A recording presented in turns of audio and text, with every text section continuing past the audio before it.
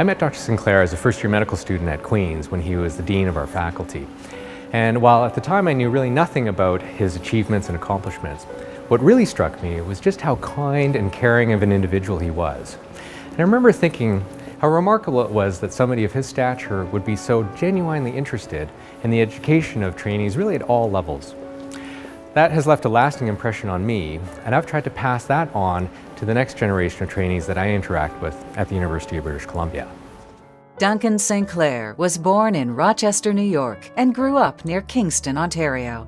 He credits much of his career success on serious illness contracted in his youth. When I was an early teen, I had been working at a thrashing, and on a very windy day, and unfortunately inhaled a grain of wheat.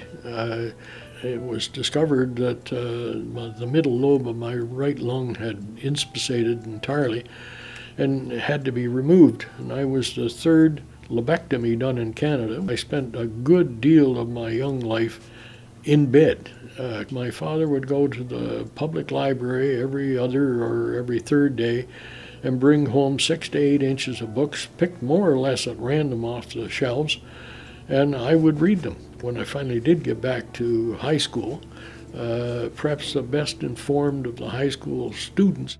His multiple roles at Queen's are pretty much unprecedented. I don't know of anyone who's done as many different senior administrative roles in any university. And what's particularly striking is he was the first non-MD to be head of a medical school. And that breadth of roles speaks to what an enormous, broad talent Duncan Sinclair has. Dr. Sinclair's contributions have been enormous, not just to Queen's, but to the healthcare system in Ontario and to Canada and internationally. Duncan has been continuously involved in thinking about and implementing policy that relates to healthcare and the advancement of healthcare in Canada and around the world. In 1990, Sick Kids had created an alternative funding plan for academic medicine. And it was inclusive, it was moving docs off of the fee-for-service treadmill. It rewarded educational and research activities appropriately. So it was a unique experiment. And many of us wondered, how generalizable would it be? This was a revolutionary approach in which the total funding for incoming to all doctors involved in the healthcare system in Kingston was pooled.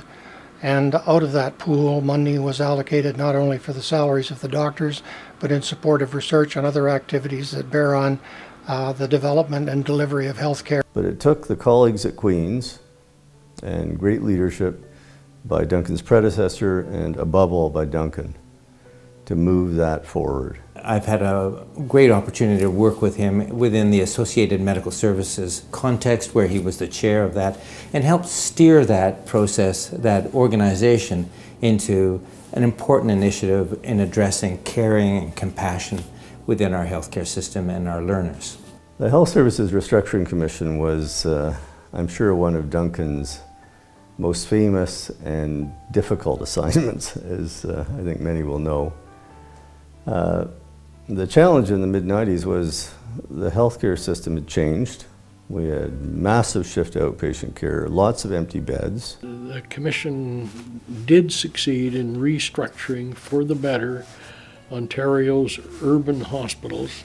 We would not have rebuilt some of the foundations for the healthcare system of Ontario without the work that Duncan Sinclair led so capably, as he has led everything capably that he's done. He's a remarkable man. I was asked by the Ministry of Health, or the Department of Health in Ottawa, to be the founding chair and chief executive officer of Canada Health's Infoway. Important steps that gave us, I think, concrete progress in the area of information technology for the whole country. And that was the kind of thing Duncan did so well.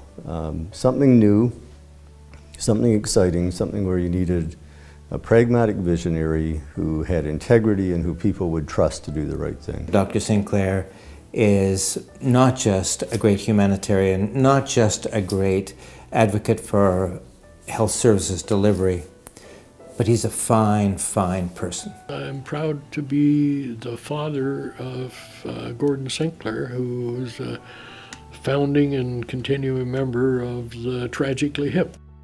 And everybody applauded because they knew who Gordon Sinclair was. They didn't know who Duncan Sinclair was. That makes me very proud. An innovative, visionary leader, consummate role model, and healthcare policy pioneer, Canadian Medical Hall of Fame laureate Dr. Duncan Sinclair.